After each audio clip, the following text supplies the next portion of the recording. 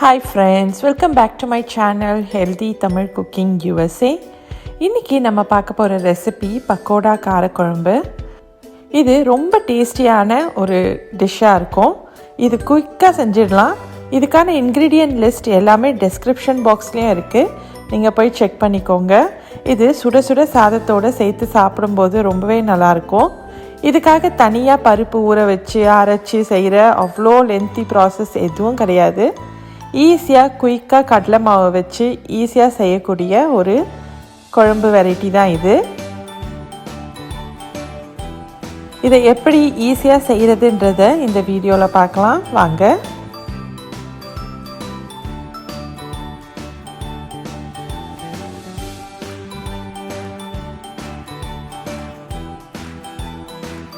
Healthy Tamil cooking USA சேனலை subscribe பண்ணாதவங்க subscribe பண்ணிக்கோங்க. நீங்கள் சப்ஸ்கிரைப் பண்ணிங்கன்னா இது எனக்கு ஒரு பெரிய என்கரேஜ்மெண்ட்டாக இருக்கும் நியூ வீடியோஸ் மேக் பண்ணுறதுக்கு.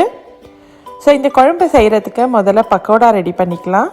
அதுக்கு 1 கப்பு கடலை மாவு எடுத்திருக்கேன். இது பிளெயின் கடலை மாவு ஸ்டோர் பாட்டில். அது கூட கொஞ்சமாக சால்ட்,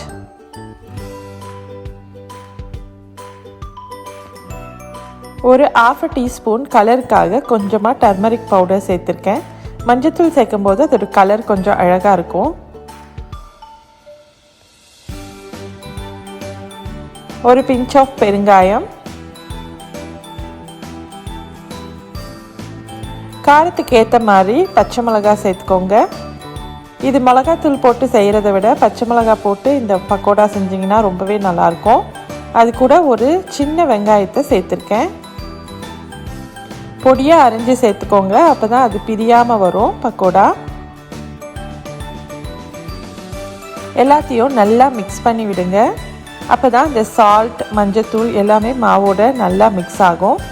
நல்லா மிக்ஸ் ஆனதும் தேவையான அளவு தண்ணியை ஊற்றி பக்கோடா பதத்துக்கு மாவை மிக்ஸ் பண்ணி வச்சுக்கோங்க. இது கொஞ்சம் திக்காக இருந்ததுன்னா மொறுமொறுன்னு ரொம்ப நல்லாயிருக்கும்.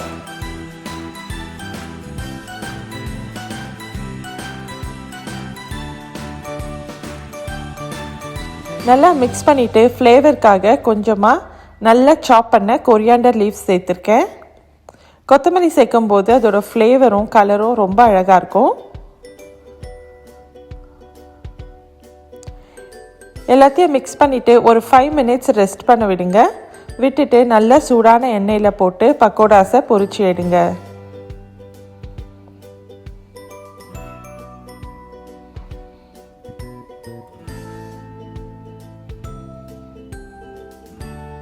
எண்ணெயில் போட்ட கொஞ்ச நேரத்துலேயே பக்கோடாஸ் நல்லா வெந்து வெளி பார்ட் எல்லாமே நல்லா மொறுமொறுன்னு கிறிஸ்பியாக இருக்கும். உள்ளே நல்லா சாஃப்ட் அண்ட் டேஸ்டியாக இருக்கும். அந்த ஸ்டேஜில் நீங்கள் எடுத்துடலாம். இதை நீங்கள் ப்ளெயினாக குழம்புல போடாமல் டீ டைம் ஸ்நாக்காகவும் நீங்கள் யூஸ் பண்ணிக்கலாம். ஸ்கூல் போயிட்டு வர பசங்களுக்கு ஈவினிங் டைம் ஸ்நாக்காக இதை கொடுங்க. ரொம்பவே டேஸ்டியாக இருக்கும், ரொம்ப விரும்பி சாப்பிடுவாங்க. பக்கோடாஸை நல்லா பொரிஞ்சதும் எண்ணெயிலேருந்து எடுத்து தனியாக வச்சுக்கோங்க.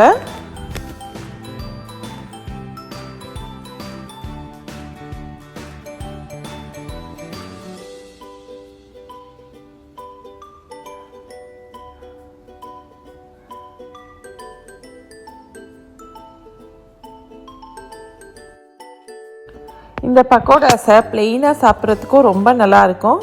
இல்லைனா ஒரு சட்னி கூட சேர்ந்து சாப்பிட்றதுக்கும் ரொம்பவே டேஸ்டியாக இருக்கும். இதை நீங்கள் ட்ரை பண்ணி பாருங்கள். பக்கோடாஸ் நல்லா வெந்ததும் அது எண்ணெயில் மேலே வரும். அப்போ நீங்கள் எடுத்து தனியாக வச்சுக்கலாம்.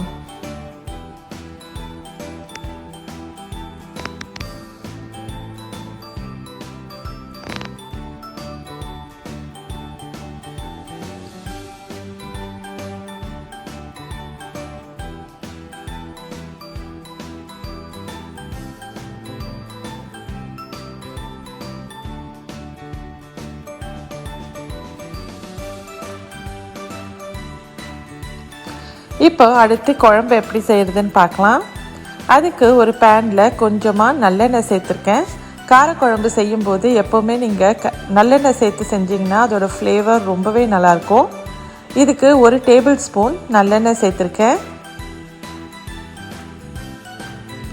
அதில் தாளிப்புக்கு கொஞ்சமாக கடுகு, வெந்தயம், கொஞ்சமாக சோம்பு சேர்த்துருக்கேன். சேர்த்து லைட்டாக வதக்கி விடுங்க.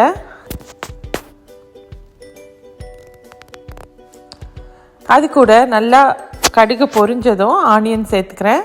ஒரு வெங்காயத்தை நல்லா ஃபைனாக சாப் பண்ணி அதை சேர்த்து வதக்குங்க.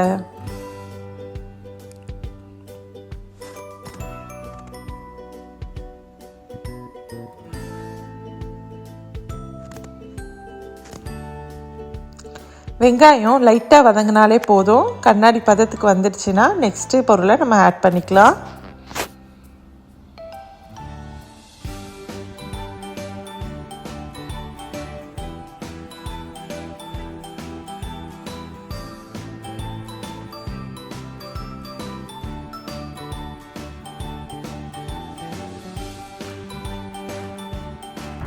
வெங்காயம் நல்லா வதங்கும்போது அதில் ஒரு 4லேருந்து 5 உங்களுக்கு தேவையான அளவு பூண்டு பற்களை நல்லா தோல் உரித்து அதை சேர்த்துப்பேன். இந்த மாதிரி காரக்குழம்புங்களுக்கெலாம் நீங்கள் பூண்டு தோல் உரித்து நல்லா முழுசாக சேர்க்கும்போது அதோடய ஃப்ளேவரும் டேஸ்ட்டும் ரொம்ப நல்லாயிருக்கும்.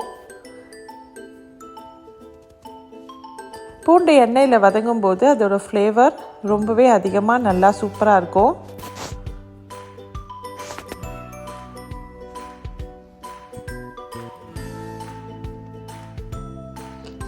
இது நல்லா வதங்கினதுக்கப்புறம் ஒரு ஃபைனாக சாப் பண்ண தக்காளியை சேர்த்துக்கோங்க. தக்காளி அளவு அதிகமாகவும் புளியோட அளவு கொஞ்சம் கம்மியாகவும் சேர்த்திங்கன்னா உங்களோட குழம்பு ரொம்ப டேஸ்டியாக இருக்கும். இங்கே நான் ஒரு நல்ல பழுத்த தக்காளியை சேர்த்துருக்கேன். சேர்த்து நல்லா வதக்கி விடுங்க.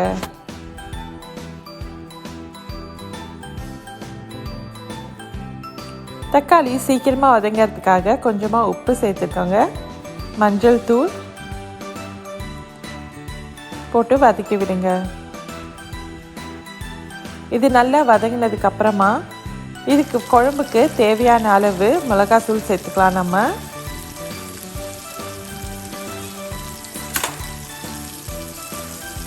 இந்த மசாலா நல்லா பிரிஞ்சு எண்ணெய் மேலே வர அளவு வதக்குங்க. நல்லா எண்ணெய் பிரிஞ்சு மேலே வந்ததும் நீங்கள் மிளகாத்தூள் சேர்த்திங்கன்னா உங்களோட குழம்பு ரொம்ப டேஸ்டியாக இருக்கும். ஸோ இப்போ நான் 2 டேபிள் ஸ்பூன் குழம்பு மிளகாத்தூள் சேர்த்துக்கிறேன். உங்கள்கிட்ட குழம்பு மிளகாத்தூள் இல்லைன்னா 1.5 table spoon chilli powder and 1/2 table spoon தனியா பவுடரையும் நீங்கள் சேர்த்துக்கலாம்.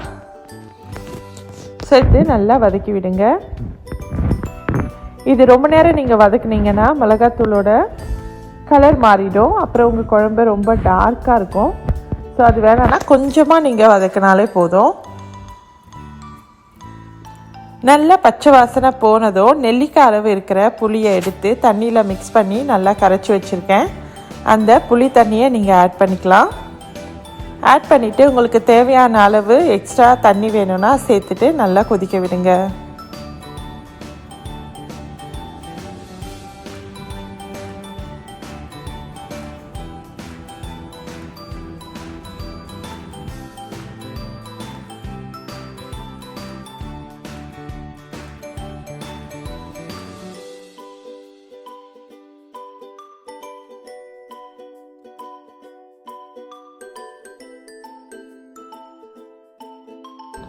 தேவையான அளவு தண்ணியும் சேர்த்துக்கோங்க. தண்ணியை சேர்த்து இந்த குழம்ப நல்லா கொதிக்க விடுங்க. இந்த புளியோட பச்சை வாசனை போயிட்டு எண்ணெய் மேலே வர அளவு நல்லா கொதிக்க விடுங்க.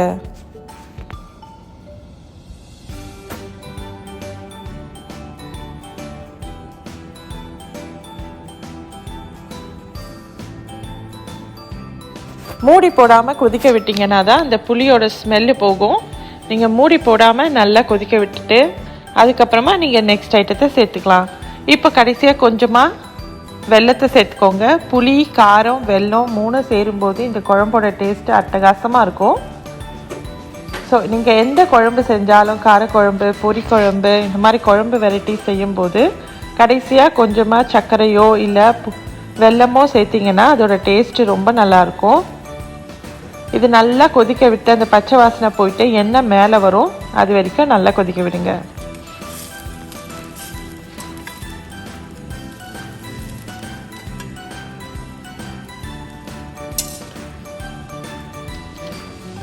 குழம்பு நல்லா கொதிச்சு கொஞ்சமாக சுண்டின உடனே இப்போது நம்ம பொரிச்சு வச்ச பக்கோடாஸை சேர்த்துக்கலாம். இந்த பக்கோடாஸை சேர்த்துட்டு ஒரு 5 நிமிஷம் கொதிக்க விட்டிங்கன்னா பக்கோடாஸ் உள்ள நல்லா இந்த குழம்பு இறங்கி ஊறி இருக்கும் பக்கோடாஸ். ஸோ அதோட டேஸ்ட்டு ரொம்பவே நல்லாயிருக்கும்.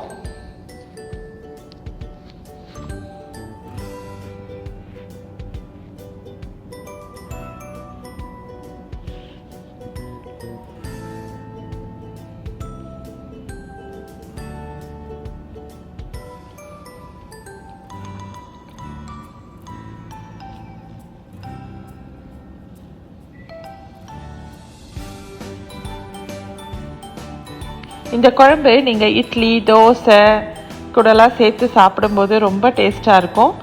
எஸ்பெஷலாக நீங்கள் பொங்கலோடு சேர்த்து சாப்பிட்டு பாருங்கள். வெண்பொங்கலோடு சாப்பிடும்போது அட்டகாசமாக இருக்கும். இது கொஞ்சம் ஃப்ளேவருக்காக நீங்கள் வேணும்னா மேலே கொஞ்சமாக பெப்பரும் சோம்பு பவுடரும் சேர்த்துக்கலாம். சேர்த்திங்கன்னா அதோட ஃப்ளேவர் கொஞ்சம் எக்ஸ்ட்ராவாக இருக்கும். போட்டு கடைசியாக இறக்கும்போது பெப்பரை தூவி இறக்குங்க.